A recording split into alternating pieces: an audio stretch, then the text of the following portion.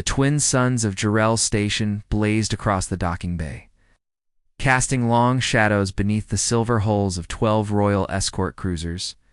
Each one was built for speed, protection, and dignity. Their polished armor reflected the royal insignia of the Varani Empire, the most powerful species in the known quadrant. Inside the main terminal, dozens of alien commanders stood in formation, nervous, tense, waiting. Each one wore the black and violet armor of the Royal Defense Corps. Hundreds of soldiers formed a perimeter. No one spoke. The silence broke when Princess Calthera appeared. She stepped onto the command platform with measured grace. Long silver robes shimmered with embedded stardust. Her face was calm, unreadable, marked with ceremonial ink and glowing neural lines that pulsed gently across her cheek, but her next words sent shockwaves through the hall. "I refuse all escort," she said clearly. "I will travel to the summit, aboard the human ship only." Gasps rippled through the ranks. Her advisor, High Minister Joran, blinked in disbelief. "Your Highness." ... That's a joke. Yes. Shh. Turned to him, her voice firm. "Do I look like I am joking?" The alien council stared at each other. The humans, the Terrans, the backward, unpredictable species from the Sol system. Their ship was little more than a cargo hauler. Old, unreliable, and definitely not fit for royalty.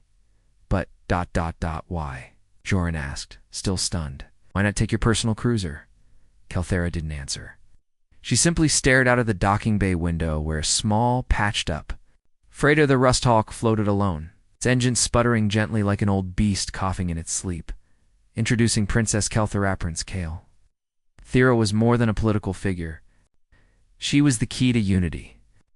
Chosen as the Varani Empire's representative to the Intergalactic Treaty Summit, she had the power to sign new peace laws and prevent a war that had been building for years. Her presence alone was enough to bring hostile empires to the table. Every species had sent its most powerful delegates to the summit, and everyone assumed Kale Thera would arrive in royal fashions, rounded by fleets, bodyguards, and glory. But instead, she chose to ride with humans. The Rusthawk was a human ship dash, barely an old C-class freighter once. Used to haul mining or across asteroid belts, its captain was a former soldier, now working as a private contractor.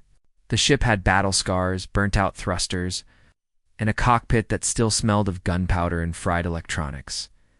When the diplomatic request came through, Captain Elena Voss thought it was a mistake. "You want who to ride with what now?" he said, looking at the screen. Beside him, his engineer Juno laughed. "A royal passenger? We don't even have a working bathroom in the guest quarters." But the order was real, and it came with a warning. Refuse this mission, and Earth will face intergalactic sanctions. Now the Rusthawk hovered in the outer dock of Jarrell Station, looking painfully out of place among the high-tech alien ships. Heated debate among the council back inside the station, Kale Thera's decision sparked a diplomatic crisis. The Galactic Council demanded answers. Why would she reject 12 elite escort fleets? Her brother, Prince Varen, sent a transmission from the Empire's capital. "Sister, this is reckless. The humans are volatile. Do not trust them." Calthea answered with only one sentence.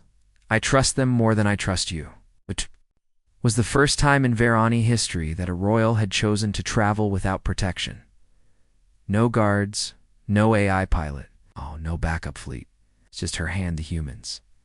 Human reactions. Captain Voss wasn't happy. He and his crew stood at the airlock, waiting for their guests to arrive. "We're not diplomats," he muttered. "We haul scrap and shoot pirates." "What's she doing here?" Juno shrugged. "Maybe she thinks we're too dumb to double-cross her." "Or maybe," said their pilot rigs, "she knows something we don't." They watched as the station's docking tunnel extended. A line of glowing lights led to their airlock. And then the doors opened. The Araval Kelthier stepped aboard like she was walking into a throne room. No guards followed. No bags, no weapons, just a glowing crystal pendant hanging around her neck. Captain Voss extended his hand. "Welcome aboard, Princess." She looked him in the eye. "Thank you, Captain. I chose your ship because I believe it is the only one that can get me where I need to go." "And where's that?" he asked. She smiled, but it didn't reach her eyes. Someplace no one else can follow. Suspicion builds as the Rust Hawk pulled away from Jarrell Station. Everyone was watching. Dozens of alien races, millions of citizens, and all major factions had their eyes on the feed. The galaxy buzzed with questions. Why did the princess choose humans? A bigger plan? Was she defecting, running, or hiding? But only Kelthera knew the real reason, and she wasn't ready to share it, not yet. The Rust Hawk activated its jump drive. Stars stretched into lines as they entered fold space, and Jarrell's station disappeared behind them. Kelthera stood, alone in the observation deck, staring at the stars. In her hand, she held the crystal pendant tightly. Inside it was something ancient, something dangerous, and only she and now. The humans knew it existed. Inside the cramped engine room of the Rust Hawk, sparks rained from an overloaded circuit panel. Captain Elena Voss wiped sweat from his brow. We're flying royalty in a ship held together with duct tape and prayer. If this thing breaks mid-jump, we'll die fast and ugly. Juno, the ship's engineer, growled from under a console. This panel's older than Earth's moon colonies. I've seen pirates with better wiring. Meanwhile, in the passenger quarters, Princess Kelthera stared at a cracked window panel. There was no throne, no guards. Just the hum of unstable engines and the smell of burnt coolant, yet her expression was calm. Peaceful even. The humans didn't trust her. The galaxy didn't understand her, and her enemies had just realized she had left the palace alone. Now, unseen ships began to move in the shadows of space, and the question echoed across every news feed, intelligence network, and war room in the quadrant. Why would a galactic princess risk everything to travel with humans? Life aboard the Rust Hawk, Elthor's arrival, changed everything for the human crew. The Rust Hawk, once a forgotten scrap freighter, now carried the most wanted diplomat in the galaxy. Tension ran thick. Elena Voss ran tight ship protocols, sealed doors, cleared routes, restricted access to weapons. But it wasn't just security that worried him. It was trust. She's hiding something, Voss told Juno. No one throws away a dozen warships to ride with a freighter crew unless they've got a reason. The ship groaned as it entered. Another warp tunnel? The crew starts watching Princess. Kelthera barely spoke to anyone. She spent hours alone in the observation deck, studying star charts and listening to encrypted transmissions through a small personal device. Juno, curious and suspicious, began tracking her movement through the ship. Pilot rigs placed a motion sensor outside her quarters. What they noticed was Audivry night at exactly 0200 standard time. Kelthera left her room and stood near the main fusion core, doing nothing, just standing, watching. What is she waiting for? Juno whispered. Or who? Mysterious signal on the third day. The ship picked up a strange signal, not a transmission, a tracking beacon. Juno's face turned pale. Someone. Tagdus Kelthera appeared moments later, calm as always. Yes, I expected this. You knew someone would follow us. Voss asked, angry. They're not just following, she replied. They're hunting. That was when the crew realized this wasn't a diplomatic trip. It was a trap. But who was the prey? Flashback. Her secret reasoning. A brief flashback. We see Kelthera in the Royal Archives before her departure. She stands before a sealed relica cube of dark crystal pulsing with ancient power. A whisper speaks inside her mind. Take me far from here, before they awaken. She places the relic inside her pendant and leaves the palace that very night. The Royal Archives are later found empty. Someone knew she took it, someone powerful, who is Kelthera. Really? Back in the present, the crew starts asking hard questions. Is she really a diplomat? What's that pendant she never takes off? Did we just become part of an intergalactic crisis? Even Riggs, the jokester pilot, grows quiet. The Empire starts shooting, they'll shoot us first. First attack, just as tension peaks. Alarms sound. 2 small ships appear out of nowhere. Stealth drones. It's not from any known empire. They lock onto the Rust Hawk. Weapons power up. The crew scrambles. Evasive maneuvers. Shields too full. Voss yells. Juno reroutes power from life support to thrusters. The Rust Hawk dives through an asteroid field. It's barely dodging plasma blasts. Kelthira stands calmly behind the cockpit. She doesn't blink. They found us faster than I thought, she says. Captain, it's time I told you what I'm really carrying. She removes her pendant inside. Not just a crystal, but a glowing artifact. Whispering in a language no human understands, suddenly, the ship's AI glitches. Lights flicker. Gravity lurches. Kelthira whispers one final line. This artifact is alive, and it's waking up. And the crew of the Rust Hawk had seen strange things. They'd smuggled plasma batteries through pirate space, escaped a collapsing Stargate, even played cards with a rogue AI once, but they had never seen this. The glowing artifact Princess Kelthira, revealed in Episode 2, was now pulsing with light and speaking not with words, but with thoughts. Eli Voss clutched his head, pain spiking behind his eyes. Juno dropped her wrench. Riggs staggered backward, screaming, "It's in my mind. It's crawling through my mind." Kelthira stood calmly in the chaos. "It's trying to understand you," she whispered. "It's older than our galaxy, and it just woke up." In deep space, a listening post picked up the artifact's signal. Long dormant, machines, ancient, and hidden, began to stir. The galaxy didn't just notice Kelthira was missing. Now it knew what she had taken with her.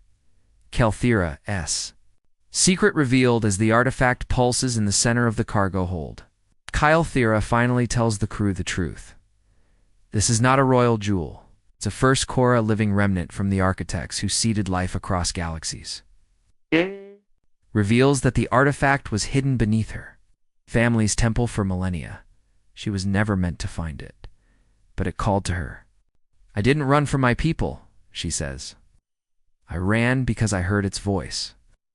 Artifact interference. The artifact begins interacting with the ship without anyone touching the controls. The Rust Hawk changes course. Gravity stabilizers reverse briefly. Navigation charts rewrite themselves. Riggs panics. "We've lost helm control." The rock is flying the ship. "Not a rock," Kelthira corrects. "A mind." Juno detects a strange pattern in the ship's power systems. An energy pulse forming a map. A signal sent unknowingly. The artifact sends a burst transmission, a beacon, encoded with ancient coordinates. 3 empires receive the signal. The artifact's presence is now a galactic-wide alert, and every faction wants it. Some to unlock its power. Others to destroy it before it wakes further. The crew starts seeing things shortly after the artifact pulses again. Hallucinations begin. Riggs sees his dead brother, who died in a mining accident. Juno sees an Earth sunset she's never experienced. Voss sees the old Earth wars he once fought, and except they look ... wrong. Off. Too detailed. Kelthira explains. The artifact isn't showing you visions. It's learning you. Understanding your fears, your memories, your species. The first interceptor arrives. An unknown vessel begins tailing the Rust Hawk at sublight speed. It has no registry. It's no known transponder. No windows. "That's not a military craft," Voss says. "It's a collector." Kelthira whispers. "Not a collector. A warden." She recognizes it from the archives. The wardens were built to hunt down awakened First Corps. Now it's coming for them. The artifact tries to speak as the wardenship closes in. The artifact lights shift, and a low humming begins. Suddenly, the ship's systems translate the first audible phrase from the artifact. "Containment failure. Core contact established." Juno looks at the readings. That wasn't a message. It was a warning, she says. The warden vessel charges a containment beam just before it fires. The artifact pulses one last time. A blinding light floods the cargo hold. Time slows. Everything engines. Lights. Gravity freezes. Kelthira floats weightlessly, eyes wide. Then, her voice echoes from her own mouth but deeper. "Alien. I remember." Cut to black. The Rust Hawk floated dead in space, frozen in time. No hum from the engines, no flicker from the consoles, no heartbeat. The warden ship hovered nearby, silent. Alien, monstrous. Inside the cargo hold, the crew of the Rust Hawk drifted mid-air, unmoving, except for Calithea. Her eyes were glowing now, not from fear but from something else. Something older, deeper. And when her lips moved, it wasn't her voice that spoke. You will not take this vessel. She is under our protection now.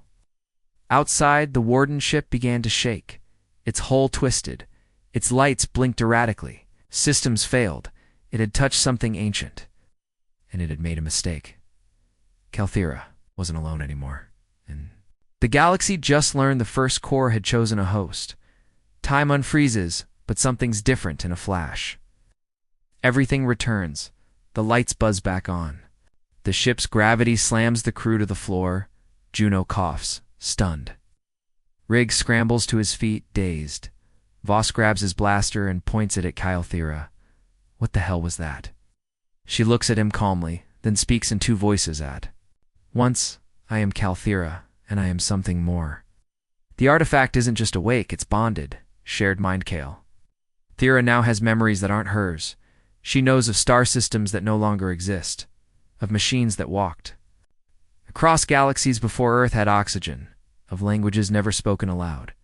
It chose me, she tells the crew, because I was the only one who listened. Voss lowers his weapon. Barely. The wardens attack. The warden ship launches a containment tether. It latches onto the Rust Hawk, pulling it toward a massive docking claw. Alarms blare. Juno screams. The thing's trying to reel us in. Riggs tries to override manual controls, but the ship won't respond. Calthera places her hand on the artifact suddenly. Every screen in the ship shuts off. Then, turns back on with a map. A new route. A jump point not found in any chart. We don't have weapons, Calthera says, but we do have knowledge. A dangerous jump, the artifact opens a path in unstable gravity well, leading through a collapsed dimension fold. Voss hesitates. We jump into that, we might not come out. Calthera nods. It's better lost than captured. Juno reroutes all power to the engines. Riggs hits the jump. The Rust Hawk dives into the fold. Just as the warden ship closes its claws. Arrival, the forgotten system. The ship emerges into a dead star system, a place erased from maps. 3 shattered planets orbit a faint, flickering sun. But the crew sees something stranger structure. Floating in space, not a station, not a ship, something, ... ancient and alive. Calthera whispers, it's calling us. Artifact evolution back in the cargo hold. The artifact changes shape, elongating, shifting, forming complex lines across its crystal surface. It's no longer just pulsing, it's reacting. It has brought them here for a reason. The entity speaks suddenly. The ship's comes buzz. A voice electronic, echoing, not quite mechanical, fills the bridge. Child, you have returned. Calthera steps forward, trembling. What are you? Ain't. We are what remains. We are the archive. You are the vessel. The entity doesn't see her as a passenger. It sees her as part of it now. As the Rust Hawk drifts toward the strange structure, Juno gets a warning ping. Something is following them. The warden. It followed us through the fold. Calthera. Doesn't blink. Then we bring it here. Let the archive see what it has become. In the distance, the structure begins to open. Massive petals of metal unfold, like a flower. Inside is a glowing sphere larger than any moon. The artifact pulses. In sync, Calthera looks at Voss and says one last thing. If we go any further, we may never be human again. In the silence of a forgotten star system, the Rust Hawk floats toward an impossible object. The crew stares in awe as the petals of an ancient megastructure open, revealing a glowing, living core. Calthera steps closer to the viewport, drawn to the light, like a memory returning home. Suddenly, the ship's internal coms flicker alive. Calthera, of the blood thread, you have returned. Everyone freezes. Voss looks confused. Blood thread. Calthera whispers. That name. Hasn't existed in 1,000 years? You know what you carry, the voice says, and who you are. You are not royalty. You are one of us, double quotes. Juno gasps. What does it mean? Calthera turns, her eyes glowing again. I'm not just a vessel. I was born to wake this place. Outside. The glowing archive begins to move. Something has recognized her, and the galaxy's oldest secrets are about to surface. The Forgotten System revealed. The crew scans the structure and discovers it predates every known galactic civilization. It's older than the stars around it. Its energy signature matches the artifact exactly. Calthera feels drawn to it, not with curiosity, but with recognition. She's seen this place. In visions. In dreams. Bloodthread, the archive, begins transferring ancient records directly into the ship's systems. Juno decodes one. The Bloodthread Project, a long-lost genetic experiment to preserve the minds of an ancient race by splicing fragments of their consciousness into unborn royal children. Calthera was one of them, not chosen. Engineered. Her royal bloodline was just a mask for something deeper. Doors open. The archive opens a docking bay. Calthera insists on going alone. Voss protests. She simply says, "This place will only speak to me." She steps inside the ancient station. The crew watches as lights follow her every step. No alarms, no defenses, only recognition. The warden returns back in orbit. The warden ship arrives through the fold.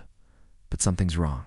It doesn't attack. Instead, it hovers and begins broadcasting in a corrupted language. Juno tries to translate. It's begging. Briggs looks confused. Warden doesn't beg. Calthera speaks through the Cumser voice, layered. It sees the archive, and it knows. It can't win here. The Hall of Echoes inside. Calthera walks through a corridor of floating lights. She touches one. Suddenly, she's inside a battle fighting alongside starborn warriors. Another, she's watching a world being seeded with life. Another, she sees herself. Born from starlight. She's not a princess. She's a vessel of memory, seed of a forgotten race waiting to awaken. And now, she has. The archive's request, the archive's voice returns. You carry a fragment. We need you to remember more. To restore what was lost. Calthera asks, why me? Because your kind destroyed us. And now, one of you must bring us back. Suddenly, she sees a vision. The empires of today trying to control the artifact. The warden fleets converging on this place. War. Extinction. Rebirth. She realizes she's the key. But unlocking the archive costs something. As Calthera reaches the central chamber, a voice echoes louder than ever before. Will you surrender your identity? To remember your origin? Outside, the crew watches as the entire archive structure begins to shift, forming an impossible new shape, and Calthera's final words before disappearing into the light. Yes. Cut to black. The Rusthawk floats in the shadow of the archive. Calthera is gone, consumed by light. It's absorbed into the ancient alien system. The crew stands frozen on the bridge, staring at the shifting megs, Trast. Suddenly dozens of red blips appear on the radar. Multiple signatures jumping and fast. Juno shouts. Voss scans. That's not one fleet, that's 5 different empires. From the Confederacy to the Obsidian Chain, from the Warden-controlled sectors to Rogue, scavenger clans, have all come for the same thing. The girl, the artifact, the archive. But she's not here anymore. And the only one standing between those warships and ancient alien power are for humans on a junk freighter. The Rusthawk is no longer a ship. It's a target in the galaxy. It's already pulled the trigger. Incoming, full military convergence alarms echo across the Rusthawk. Riggs shouts, they're arming torpedoes, blocking us in a pincer. Voss curses, we're just a freighter. We can't fight a war fleet. Juno scrambles for evasive maneuvers. The Rusthawk spins. Hard barely. Dodging plasma fire as ships converge on all sides.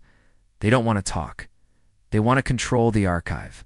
Artifact awakens again in the cargo hold. the first core artifact.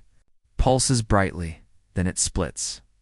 A shard breaks off and floats midair, humming violently. Riggs enters and watches in. It's changing again. Suddenly, Calthera's voice comes through the ship's speakers. I'm still here. She's merged with the archive. Her mind exists in multiple places now. She warns them, they're not after you. They're after what I carry. The Rusthawk upgrades without warning. The artifact embeds itself in the ship's systems. Panels light up.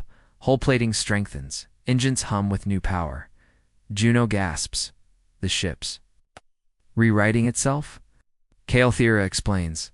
The archive will not allow itself to fall into enemy hands, and neither will I. First contact. Obsidian chain frigates. The first attackers arrive, too. Obsidian chain stealth frigates, they cloak and vanish. Riggs locks down internal sensors. Suddenly, boarding alarms blare. They've landed inside the hull. Voss grabs a rifle. They're already inside. Let's greet him. Boarding defense in the dim hallways of the Rusthawk. Voss and Riggs face off with alien commandos. Gunfire echoes, sparks fly. Bulkheads explode, just when they're overwhelmed. The walls pulse. The ship defends itself. Metal bends and wraps around intruders. Lights blind them, even gravity. Reverses for a moment, slamming attackers into the ceiling. The ship is alive now. The archive's messages, the battle rages. Speaks again. This is only the beginning. They won't stop coming. She reveals that the archive holds something more than history. It is the last backup of an ancient race. If it's captured or destroyed, that species dies forever. She was chosen as a vessel not to rule, but to revive a people. Confederacy. War cruisers arrive. New enemy enters. 2 Confederacy dreadnoughts. These are no scavengers. They carry full planet killer, RAILGUNs. They demand surrender. Release the asset, or be annihilated. Juno trembles. Can't take another hit. Like that. Calthera replies calmly, then we don't let them shoot. The Rusthawk begins spinning again faster. Controlled. Energy pulses from the engines. A dimensional phase cloak activates something no human ship has ever used. The Rusthawk disappears just as the railguns fire. The screen cuts to black. Only Calthera's voice remains. I won't let them take this galaxy. Not again. Inside the archives, heart beyond reality itself, Calthera walks through corridors of light and memory. She's no longer fully alive, but not dead. Either she is becoming. A figure forms before her, an echo of the past. Do you want the truth, it asks. Or do you want to return to the lie you were raised in? Calthera doesn't answer. She just nods. Suddenly, the archive opens every sealed memory of the last 100,000 years. She sees the start of the Galactic Council. She sees humanity's sudden rise. She sees the alien wars weren't just for power. They were trying to kill something they didn't understand. Or rather, someone her. Memory dive begins. Calthera's mind is absorbed into the archive's Hall of Origins, where no empire has ever entered. Every star flickering in the blackness is a memory, a war, a betrayal. She floats through galactic history as it really happened, not as the Council teaches it. The founding lie of the Council, she witnesses the original 5 empires forming the Galactic Council. They're not united by peace. They're united by fear. They had discovered the first race, the very beings who built the archive. Those ancient beings weren't extinct. They had seeded themselves in the genetics of younger species waiting to awaken. Calthera was part of that plan. The Council's purpose? Find the seeds. Destroy them. She was born marked. She sees her own birth, her genetic code marked. With the archive's signature, her father, a warlord, her mother, a carrier of old blood, they tried to erase the mark. But the archive always finds its own. She was trained as a diplomat. It's a symbol of peace. But she was designed to be a living key. Humanity's role wasn't random back on the Rusthawk. The crew decodes more of the archive. Juno realizes something shocking. Humans weren't an accident. They were protected. Hidden long ago when the first race knew they'd be hunted. They embedded fragments of themselves into humanity's evolutionary line, too primitive to draw attention, too flexible to be wiped out. That's why Kalthira chose the Rust Hawk. She didn't remember it at first, but something inside her trusted humans more than anyone else. The true enemy approaches while Kalthira learns the truth. The Rust Hawk is tracked again, this time by a ship, not on any known registry. Its hull is black glass. Its signal is silent, but Juno finds a match. It's a precursor. Hunter, a vessel made specifically to kill archive-bonded lifeforms. They only appear when one of the seeds awakens. And now, it's coming for them. Kalthira returns. Change Kalthira reappears on the Rust Hawk's bridge in a flash of golden light, but she's different. Her eyes glow constantly now. Her presence bends. The space around her, she looks at each crew member and simply says, "I remember everything." The archive unlocks a weapon Kale. Thera opens a memory of the first Resent, ancient defense system, hidden in plain sight. It's called the Pulse of Remembrance, a weapon that doesn't destroy ships, but wipes lies from entire minds. It can force the truth into the minds of every living being. But using it will expose her to every hunter in the galaxy. If I use it, there's no going back. The precursor hunter's ship decloaks above a dying red sun. Its weapons glow with eerie light inside. No crew. Just a mindless AI designed for one task: eliminate the awakened seed. The Rust Hawk arms all its defenses. Kalthira steps forward. Let's show them what a human ship and a forgotten princess can do. Space is silent. The Rust Hawk floats before the precursor Hunteron. Ancient, silent war machine forged to erase her. No crew. No soul. Just one directive. Kill the seed. On board the Rust Hawk, Kalthira stands in front of her human protectors, Voss. Juno, Riggs. She isn't scared anymore. The light in her eyes burns brighter than ever. They'll come with everything they have, she says. So we give them everything we are. The crew locks eyes with her. They're outnumbered, outgunned. But they're not alone anymore, because one ship bonded to a forgotten archive. Just be enough to change the galaxy. The enemy decloaks precursor hunter doesn't hail, doesn't threaten. It simply charges a singularity cannon.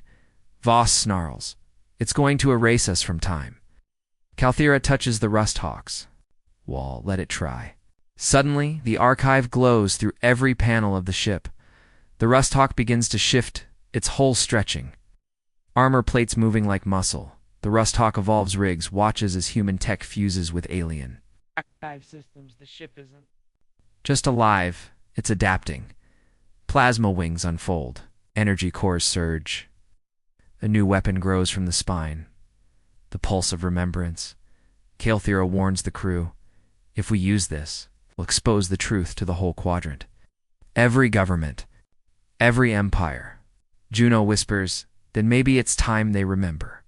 The final battle begins. The precursor. Hunter attacks first. Its singularity weapon fires, ripping space apart. The Rust Hawk blinks between dimensions, dodging reality itself. Kalthira links with the ship directly. She becomes the bridge. Her voice controls every system. Riggs and Juno man the weapons. Voss keeps the engine stable under insane pressure. Broadcast to the galaxy as the battle peaks. Kalthira activates the Pulse of Remembrance. She speaks not with her voice, but with the archive itself. To every species, every empire, every forgotten corner, I bring you what they hid. A wave of memory surges across space. Billions feel it. Leaders, sfilgers, scavengers, slaves. Everyone sees the lies behind the Galactic Council, the wars, the blood, the cover dash-ups, and the truth. The first race never vanished. They became us. The precursor falls. The Rust Hawk, now glowing with archive power, fires one final blast. The precursor hunter shatters its systems. Melting under the pulse of truth, it didn't understand truth. It couldn't fight what it couldn't control. The galaxy changes forever in that moment. The aftermath of Rust Hawk floats through wreckage. Kalthira, glowing but weak, falls into a chair. Voss looks around. You okay? She smiles faintly. I'm not a princess anymore. Not really, Juno chuckles. What are you then? Kelthera looks through the stars. I'm the start of something new. The crew sends one last message. This is the crew of the Rust Hawk. We're no longer hiding. We're just getting started. The camera zooms out. The galaxy watches. The truth has spread. And 4 humans and 1 alien princess on a junk freighter just changed everything.